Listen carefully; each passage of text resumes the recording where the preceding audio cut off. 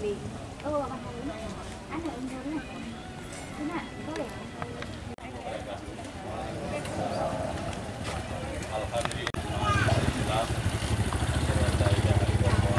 kita panjatkan puji syukur kehadirat Allah Subhanahu wa taala. Kesempatan sehat badan segala pikiran masyarakat belakang keuangan bagi dana BNI kampung tahap yang tahap terakhir. Juga menyatakan juga supaya BNI-nya badannya dia penali. Tidak terjadi sewaktu itu. Ini ada payung. COVID-19. Orangnya gelabah, orangnya langsung fikir hadir, tiba hadir. Jadi masalahnya tentang tupoksi, masalah COVID-19. Wajib apabila masker akan dipakai, masyarakat. Untuk kawan-kawan, masker ni. Apa ni?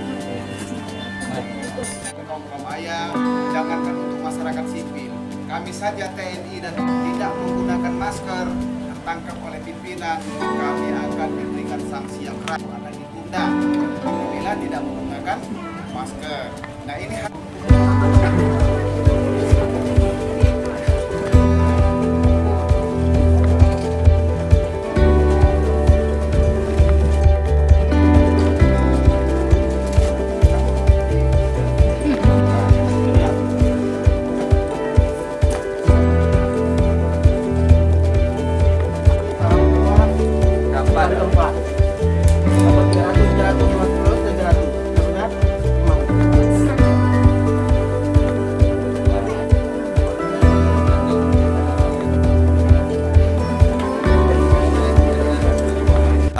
pembagian 103 orang, 103 jiwa, dan kita bagi untuk tahap kedua bulan keempat 300 satu orang.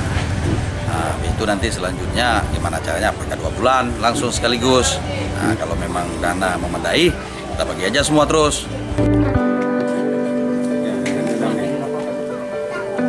yuk. Mana nih?